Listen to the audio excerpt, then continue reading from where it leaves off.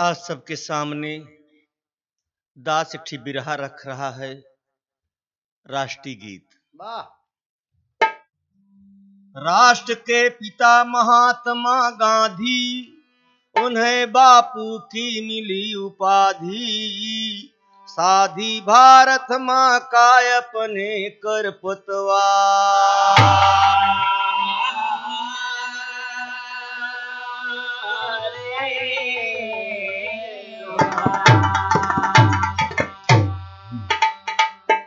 भाई मेरे एक लाइन शायर बा, सत्य और अहिंसा के बापू पुजारी, फुलवारी सींचा लगा तन मन धन को, खुद बागवा बंजो रखवाली करते, एक पल में पापी उजारा चमन को। बधा जिनके सर पर था भारत का सेहरा, अपराधियों ने सर लूटा कफन को। गगन याह भरता माँ धरती कराहे, देखा अपनी गोदी से प्यारे ललन को। भैया एक ठीक तर्ज बा, कभो कभो हमरे लाल जी गावा करत थी कि राधा के संग में कान्हा बंसी बजा रहा है।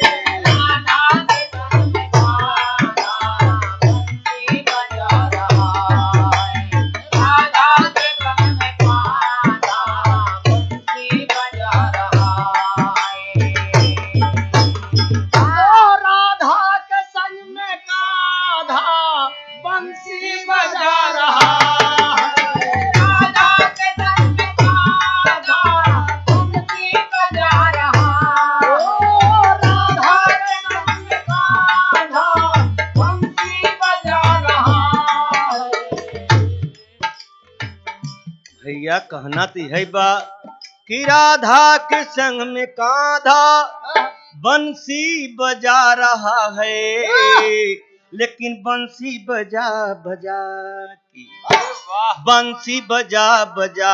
के सखिया नचा रहा है। बंसी बजा के सखिया नचा रहा है। बंसी बजा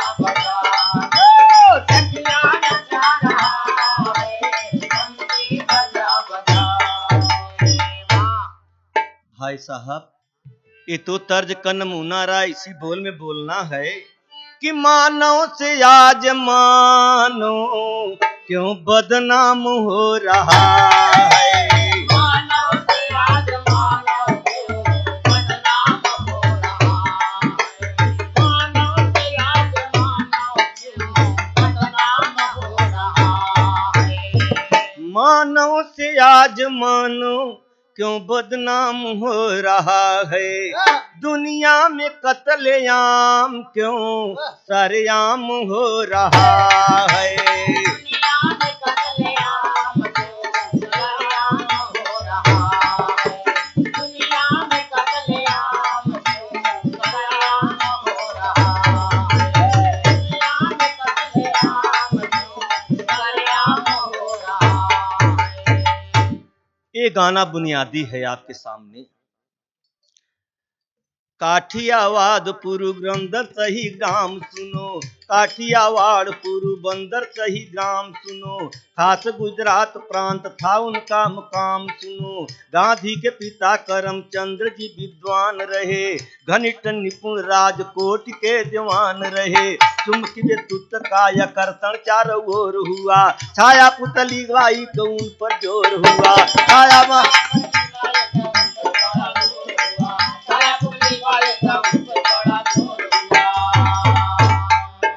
छाया पुतली बाई को उन पर जोर हुआ। तो जाहिर है जग में नाम, जाहिर है जग में नाम क्यों गुमनाम हो रहा है।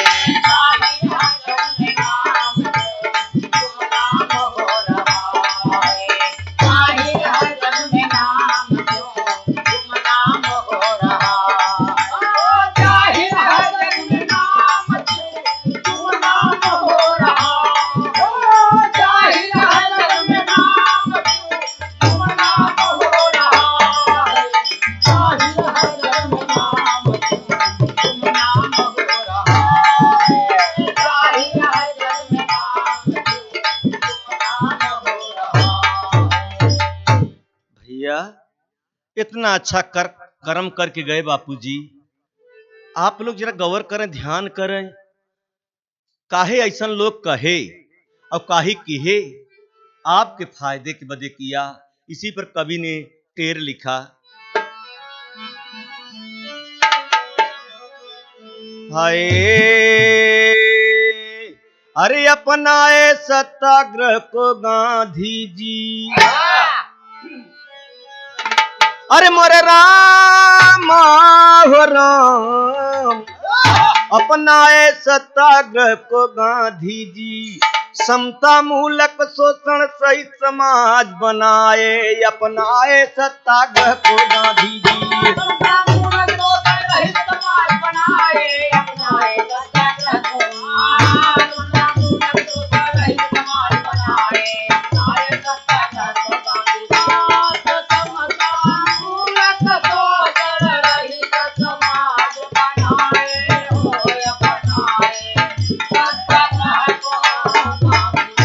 समता मूलक शोषण रहित समाज बनाए, अपनाए सत्याग्रह को बड़े भैया। कहना है सन 1869 2 अक्टूबर माह सुनो, जन्मे पूज्य महात्मा गांधी, पूरन भये माँ चाह सुनो, माता पिता गुरुजन मिलके दीननी का सलाह सुनो, अरे 13 साल की रही अवस्था की में आप विवाह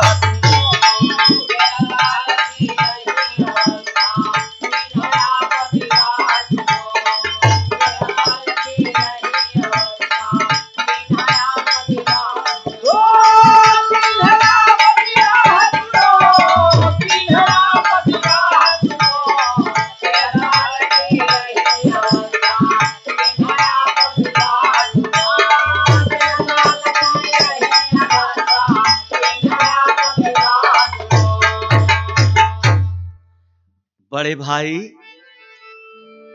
बड़ी खुशहाली मची, 13 साल में विवाह हो गए। लेकिन पहले के जमाना में बियाह होत रहा कभों, गवन होत रहा कभों, 2-3 साल के बाद गवन होत रहा।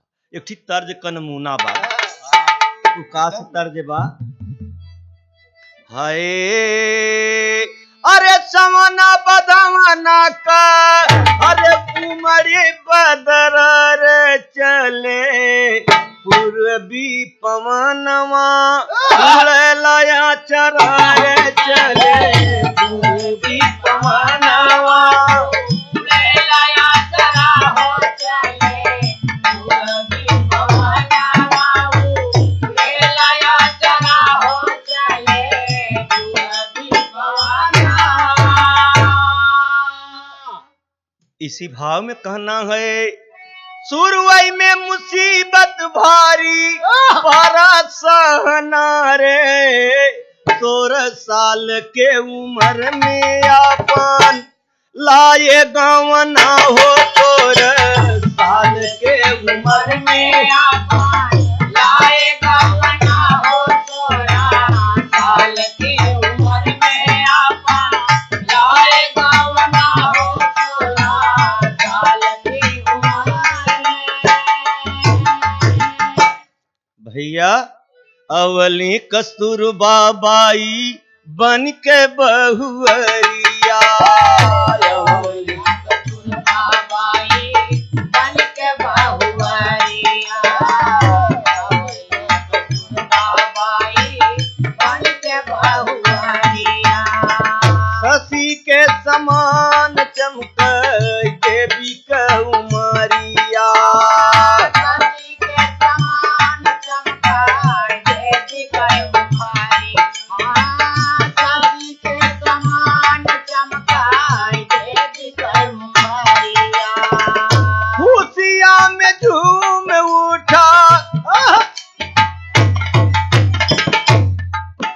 खुशियां में झूम घर आंगना रे 16 साल की उम्र में अपन लाए गवना हो 16 साल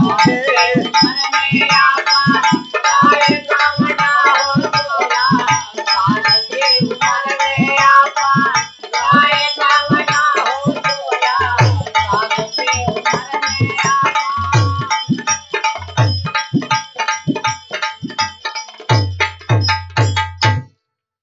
इस देश के लिए, अपने देश के लिए, अपने भारत के लिए देश गुलाम बा। बाबूजी की जरा त्याग पर ध्यान दें। हथवा में लाठी लिहले कांधे पर चदरवा,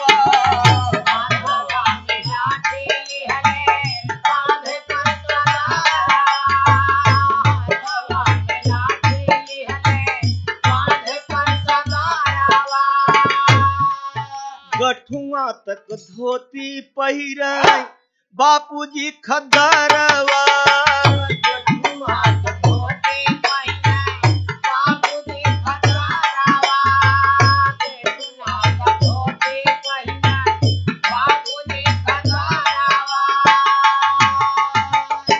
साबरमती तट पर आश्रम बनाए अपना 16 साल के उम्र में अपन लाए गवना हो 16 साल के उम्र में अपन लाए गवना हो 16 साल के उम्र में अपन लाए गवना हो 16 साल के उम्र में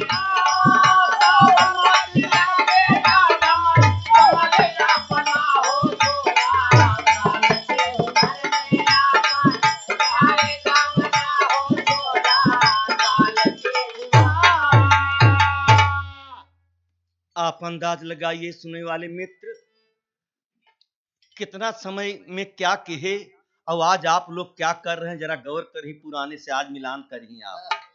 तो कहना का बा स्वतंत्रता आंदोलन की थामे बागडोर हो,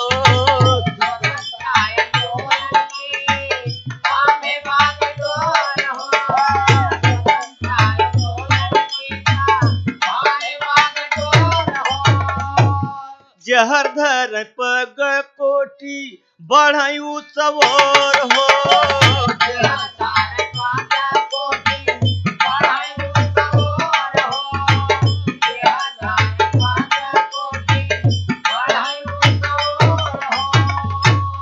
अरे माता पिता का पूरा,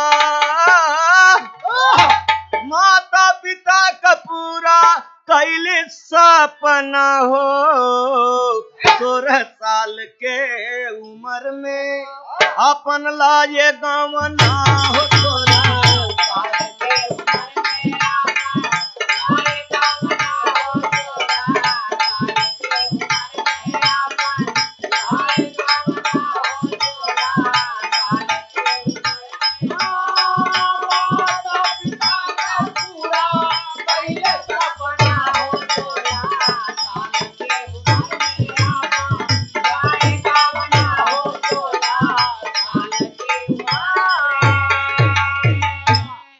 बाबू साहब ये महापुरुष रहे, संसार में इनकर आज चर्चा बा, और जी चर्चा आत्मा से लेता तू सही काम भी कर सकत है। जी बनावटी महात्मा जी का नाम लेता और झूठ मूठ के उहिम पैदा करता महात्मा जी के नाम पर, वो न सुखी बा न सुखी कभो रहे की कामना करे अपन। इसलिए दातार देख रहा है, ये गरीब निवास सबको देख रहा है, बापू जी कहीं गए नहीं हैं, आपके सामने हैं, देख रहे हैं। तभी तो बाबा तुलसीदास लिखे कि ईश्वर अंश जीव अविनाशी। तो कहना है एक तर्ज में, हाय रचिक पत्ती बढ़ाए दे लल्लू तो हाय, अरे 1888 समय हमारे बापूजी और गए इंग्लैंड करने लगे पढ़ैया मेरे बापूजी।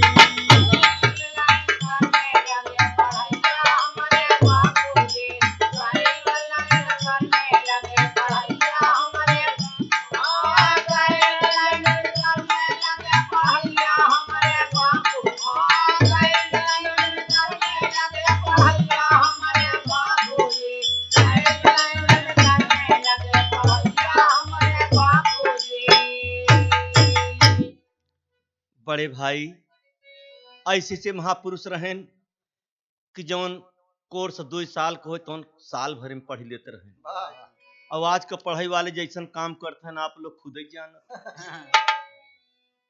कुछ लोग पढ़ पावत है नहीं, कुछ लोग तो सिवाय 420 में पढ़ा है। और जबकि सरकार आज के तनी मदद करता कि 80 बजे 85 बूढ़ बुढ़ापा पढ़ाओ बदे खर्चा देते सरकार, इतने पर लोग ध्यान नहीं देते हैं। मेरे दोस्तों तो कहना है हाय और 3 साल में वो कालत की पूरी कैले शिक्षा हो और करने लगे वकालत बापू रहली उनकर इच्छा हो। पढ़ी लेकिन वकालत करे लगे, लेकिन उनके दिल में एक भावना उठी कि वकील भय पर झूठ बहुत बोले की पर। इसी बात पर कुछ दिन बाद में सोचा आई बुरैया मेरे बापू जी गए इंग्लैंड करने लगे पढ़ैया मेरे बापू जी।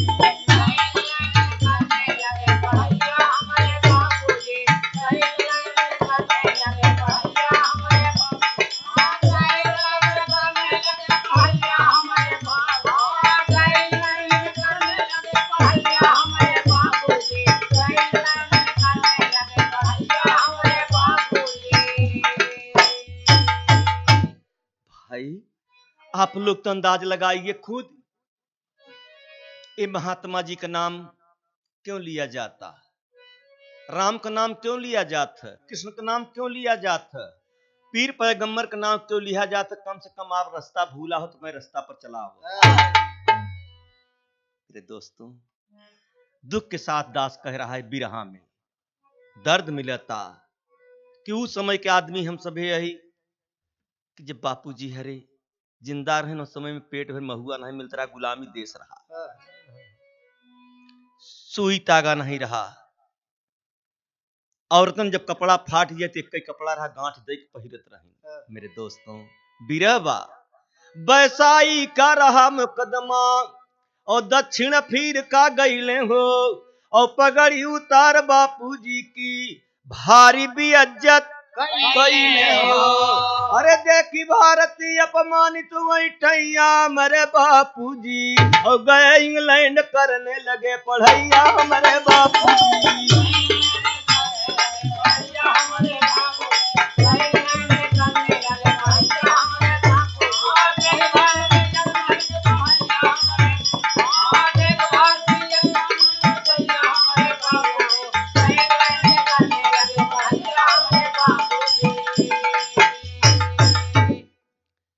दोस्तों इतने नहीं, बड़े भैया बड़ा अपमान भ मेरे भाई उन्हीं समय में पुरंसुराज का मांग किया सबही का खौला खून हो और वही समय में बापूजी ने तोड़ा नमक कानून हो। दलित शोषित नारी का किया भलैया मेरे बापूजी और गए इंग्लैंड करने लगे पढ़ैया मेरे बापूजी।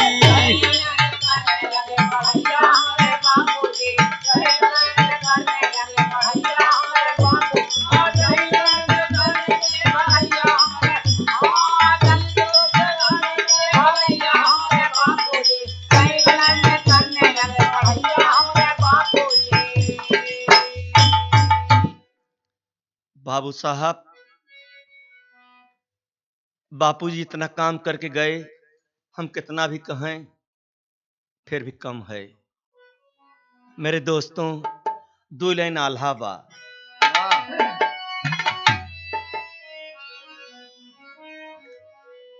एक नमूना बा। कैसे हाय अरे कवन रे चिड़ैया बिना पंखवा कौड़ई कौन नदिया बिना पानी बही जाए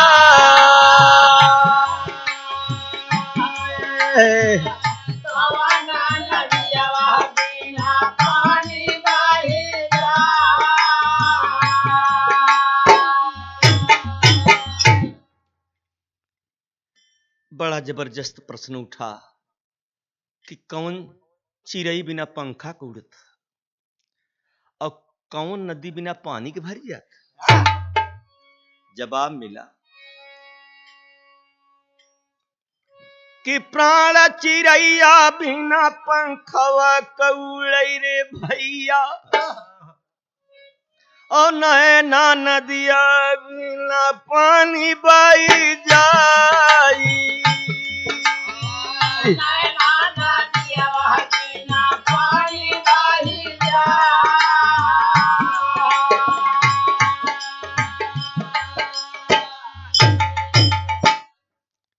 दोस्तों, इसी बिरह आल्हा पर कवि के लिखना पड़ा इसी बोल में।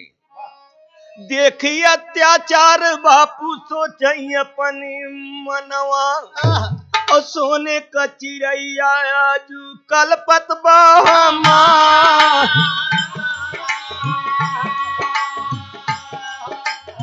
सोने का चिड़ैया आज कलपत बहमा। और सोने का चिड़ैया आजू कलपत बहमा।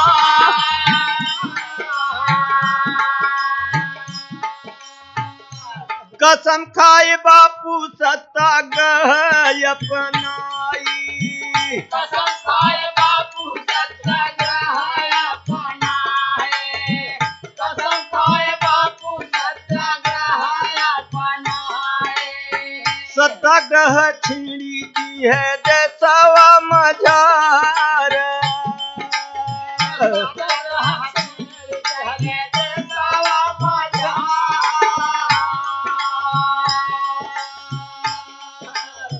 सत्य का पुकार ज्योति जल गई दिशवा में। सत्य का पुकार ज्योति जल गई दिशवा में। सत्य का पुकार ज्योति जल गई दिशवा में। भइले परास्त सब पापी बदकार। भइले परास्त सब पापी बदकार। 1942 बम्बई की अधिवेशन में। 1942 बम्बई के अधिवेशन में। 1942 बम्बई के अधिवेशन में। गांधी बाबा नारा एक दिए ललकार। गांधी बाबा नारा एक दिए ललकार।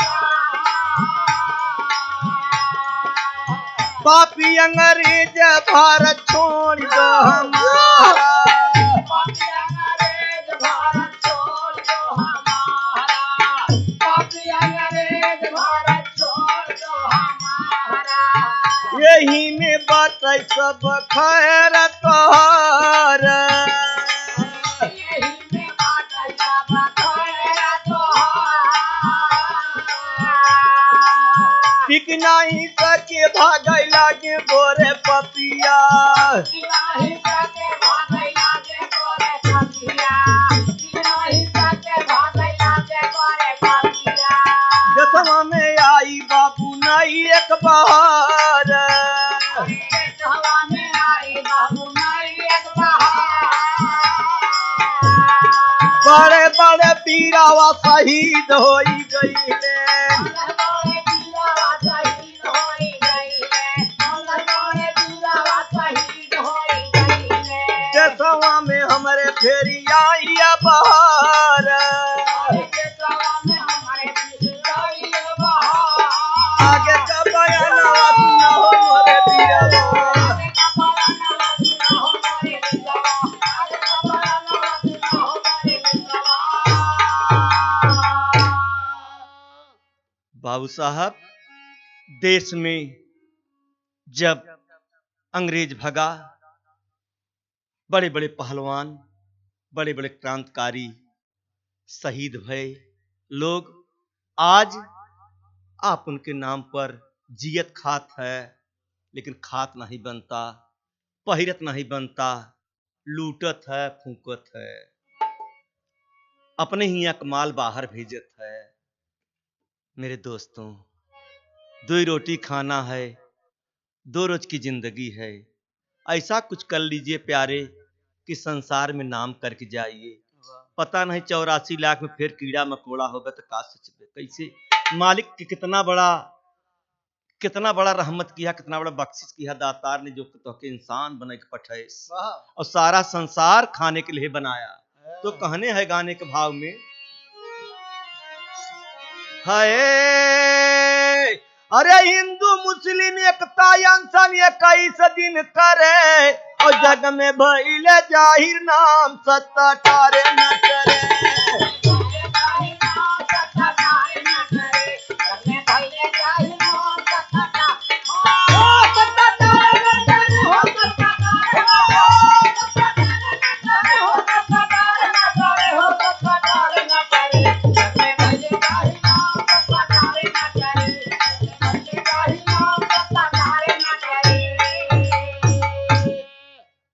मेरे दोस्तों कहना है 1948 रहा जनवरी महीनावा हमारा नाथुराम गोली बापूजी के अपने हत्यारे से हाथ जोड़ के मरे। और जौने देश बदे बापू तजले परनावा और वही देशवा में आजू माचा बा तूफानवा।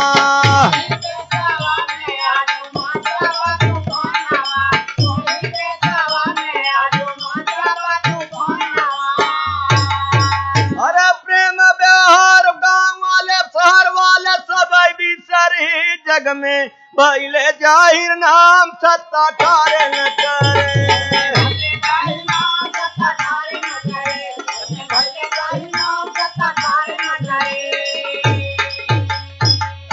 तो बापूजी की अमर कहानी और लिखते राम सुमेर तूफानी।